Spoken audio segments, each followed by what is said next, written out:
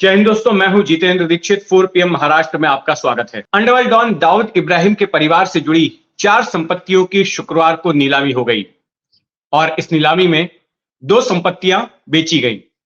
बोली लगाने वाले कुल 7 लोग आए थे और इन 7 में से जो 4 संपत्तियां थी उनमें से 2 संपत्तियां बिकी हैं। 4 खेत थे, रत्नागिरी जिले के खेड़ तालुका में उनको नीलामी के लिए रखा गया था। ये खेत दाऊद इब्राहिम की मां अमीना बी के नाम पर थे। नीलामी में कई सारे लोग आए, ज्यादातर लोग दिल्ली के थे और उन्होंने इस पर अपने बिड्स लगाए थे, बोली लगाई थी। और उसमें एक जो संपत्ति की नीलामी हुई, एक जो खेत की नीलामी हुई, वो काफी चौंकाने वाली थी। एक संपत्ति जिसका रिजर्व प्राइस था 15,440 रुपए। आप चौंक जाएंगे जानकर कि वो कितने में बिकी। 15,440 रुपए की ये संपत्ति बिकी 2.01 करोड़ रुपए में। जी हां, कई गुना ज्यादा। और इस पर इतनी बड़ी बोली लगाई दिल्ली के एक वकील अजय श्रीवास्तव ने। दूसरी संपत्ति भी बिकी। दूसरी संपत्ति जिसका रिजर्व प्राइस था 1.56 लाख रुपए, वो संपत्ति भी बिकी 3.28 लाख रुपए में और इसको भी अजय श्रीवास्तव ने ही खरीदा। पहली संपत्ति पर बोली लगाने वाले 4 लोग थे, इस संपत्ति पर बोली लगाने वाले 3 लोग थे, लेकिन उन सभियों की बोली से अजय श्रीवास्तव की बोली दोनों ही संपत्तियों के मामले में ज्यादा थी, इसलिए ये दोनों संपत्ति अब उनके नाम हो जाएंगी। और जो बाकी की 2 संपत्तियां थी उन पर बोली लगाने वाला कोई नहीं आया। तो काफी चर्चा का विषय रहा, और खास करके कि एक संपत्ति 2 करोड़ रुपए की जो जाती है 2.01 करोड़ रुपए में, कि इतनी बड़ी कीमत पर कैसे कोई यह संपत्ति खरीद रहा है। अजय श्रीवास्तव, तो सुनिए अजय श्रीवास्तव का इस पूरे मामले में क्या कहना है। अब देखिए, एक आम आदमी 20 साल 25 साल एक दूसरी जुरिस्डिक्शन में जाके, महाराष्ट्र में जाके मुकदमे लड़े, केस जीते, फिर अपील में जीते, फिर हाई कोर्ट जाए, फिर सुप्रीम कोर्ट जाए, अपनी आधी से ज्यादा जिंदगी इस चीज में खपा दे सिर्फ दाऊद इब्राहिम की प्रॉपर्टी को पोजीशन में लेने के लिए, तो ये कहां तक मुनासिब है। और मुझे लगता है कि गवर्नमेंट ये एनकरेज नहीं कर रही है, डिस्करेज कर रही है। देखिए, मैंने 2001 में जिस प्रॉपर्टी को ऑक्शन में लिया, 2002 में मैंने केस डाला, 2011 में मैं स्मॉल कॉजेज कोर्ट से दाऊद इब्राहिम और उसकी बहन हसीना पारकर के खिलाफ केस जीत गया। हसीना इब्राहिम पारकर अपील में चली गई। 2014 में फिर उनकी डेथ हो गई। उसके बाद उनके बच्चे उस LR के तौर पे सामने आए और मैं 2022 में फिर केस जीत गया। आज फिर वहीं खड़ा हूं, फिर एक अपील है हाई कोर्ट में।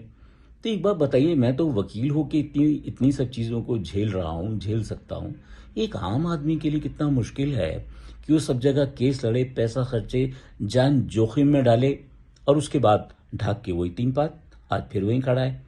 गवर्नमेंट को इस बारे में कुछ सोचना चाहिए और जो अब पोजीशन गवर्नमेंट दे रही है उसको बिना बताए कि ये किसकी प्रॉपर्टी है उसको लगाना चाहिए टेररिस्ट की प्रॉपर्टी है। टेररिस्ट कोई भी हो, दाऊद इब्राहिम हुआ है क्या? अच्छा, अजय श्रीवास्तव ने पहली बार दाऊद इब्राहिम की संपत्ति नहीं खरीदी है। वे दाऊद इब्राहिम की संपत्तियां नीलामी में साल 2001 से खरीदते आए हैं। साल 2000 में सबसे पहली नीलामी हुई थी इनकम टैक्स डिपार्टमेंट की ओर से। दाऊद इब्राहिम की 11 संपत्तियों को नीलामी पर लगाया गया था और पहली नीलामी में कोई भी बोली लगाने के लिए नहीं आया, कोई खरीदार नहीं आया। दक्षिण मुंबई के कुलाबा इलाके में होटल डिप्लोमेट में वो नीलामी हुई थी। उसके बाद इस तरह की खबर चलाई गई मीडिया में। यह खबर आई कि दाऊद भले ही कराची में हो लेकिन उसका खौफ मुंबई में बरकरार है और दाऊद के डर के मारे कोई भी संपत्तियों पर बोली लगाने नहीं आ रहा। तो उस खबर के बाद में जो अगली नीलामी हुई 3 महीने बाद ही, मार्च 2001 में, उस नीलामी में दिल्ली से अजय श्रीवास्तव आ गए। अजय श्रीवास्तव उन दिनों शिवसेना में हुआ करते थे और वो काफी खबरों में भी रहे जब उन्होंने बाला साहेब ठाकरे के ऐलान के बाद दिल्ली के फिरोज शाह कोटला क्रिकेट स्टेडियम की पिच खोद डाली थी। बाला साहेब ठाकरे ने विरोध किया था कि पाकिस्तानी खिलाड़ियों को भारत में नहीं खेलने दिया जाएगा, तो मुंबई में वानखेड़े स्टेडियम की पिच खोदी गई थी और दिल्ली में फिरोज शाह कोटला मैदान की। लेकिन इस नीलामी में शामिल होने का फैसला अजय श्रीवास्तव का अपना था, शिवसेना का फैसला नहीं था, बाला साहब ठाकरे ने उनको नहीं कहा था। तो उस नीलामी में वो शामिल हुए और नीलामी में एकमात्र वही व्यक्ति थे जो हाजिर थे। उन्होंने बोली लगाई और दक्षिण मुंबई के नागपाड़ा इलाके की जयराज भाई लेन में 2 दुकानें उन्होंने जीत ली, जो कि दाऊद के मालिकाना हक की थी। नागपाड़ा इलाका दाऊद का इलाका माना जाता है, दाऊद का गढ़ माना जाता है। उससे सटी हुई पाकमुड़िया स्ट्रीट है, जहां पर दाऊद भागने से पहले 1986 तक रहता था। सामने की तरफ ही छोटा शकील रहता था टेमकर स्ट्रीट में। दाऊद की बहन 2014 तक रहती थी, अपनी मृत्यु के पहले तक नागपाड़ा इलाके में ही, और डी कंपनी के बहुत सारे गुर्गे इसी इलाके में रहते थे। तो ये संपत्ति उन्होंने जीत ली। उसी साल एक और बार ऑक्शन हुआ सितंबर में। तो उस ऑक्शन में, उस नीलामी में दिल्ली से ही 2 कारोबारी भाई आ गए बोली लगाने के लिए, हेमंत जैन और पीयूष जैन। उन्होंने बोली लगाई और मध्य मुंबई के ताड़देव इलाके की एक दुकान उन्होंने भी जीत ली, 144 वर्ग फुट की उमेरा इंजीनियरिंग वर्क्स, कुछ 2 लाख रुपए करीब में उन्होंने वो दुकान जीत ली थी। अब ये अजय श्रीवास्तव और ये जैन बंधु, इन दोनों ने संपत्ति तो हासिल कर ली थी कागज पर, लेकिन इनको कभी कब्जा नहीं मिल पाया। अजय श्रीवास्तव सिर्फ नीलामी जीतने के बाद एक बार ही नागपाड़ा में उस संपत्ति को देखने जा सके, वो भी कड़ी सुरक्षा, पुलिस सुरक्षा के बीच। पीयूष जैन भी आज तक उस संपत्ति का कब्जा हासिल नहीं कर पाए हैं। एक तरफ अजय श्रीवास्तव कोर्ट कचहरी के चक्कर में उलझ गए, क्योंकि संपत्ति पर कब्जा दाऊद इब्राहिम की बहन हसीना पारकर का था। तो कब्जा हासिल करने के लिए अजय श्रीवास्तव ने अदालत में केस किया। केस वो जीत भी गए, लेकिन उसके बाद हसीना पारकर की ओर से ऊपरी अदालत में चैलेंज किया गया। 2014 में हसीना पारकर की जब मृत्यु हुई तो उनके बच्चों ने उस केस को आगे परस्यू करना शुरू कर दिया।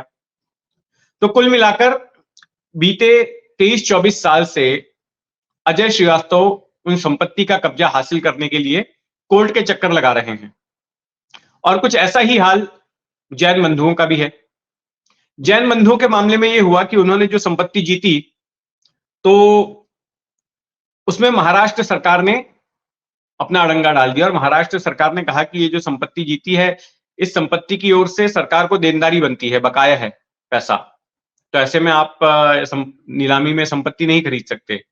तो उसको भी अब इन्होंने अदालत में चैलेंज किया है। तो पीयूष जैन भी और अजय श्रीवास्तव भी अदालत के चक्कर लगा रहे हैं।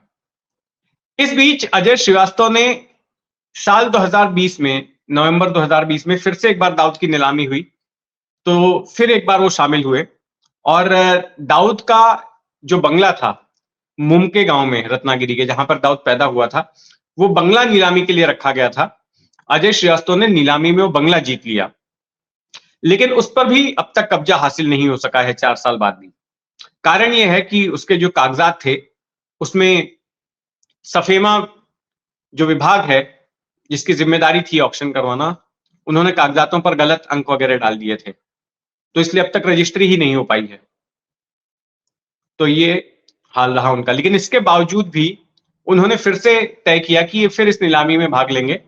भाग भी लिया, बड़े पैमाने पर इन्होंने खर्चा भी किया। आप देख सकते हैं कि 2 करोड़ रुपए इन्होंने लगाए, 2 करोड़ की बोली लगाई, 2.01 करोड़ की, और इस संपत्ति को जीता। तो पीयूष जैन और अजय श्रीवास्तव का यही कहना है कि भले ही दाऊद के नाम पर आप नीलामी आयोजित करते हो, सरकार को से यही ये निवेदन कर रहे हैं, तो आप पहले कब्जा लीजिए और फिर बाद में नीलामी कीजिए उसकी। क्योंकि आप तो नीलामी कर देते हैं, पैसा ले लेते हैं, लेकिन उसके बाद जो नीलामी जीतता है उसको दर दर की ठोकरें खानी पड़ती हैं, अदालत के चक्कर लगाने पड़ते हैं।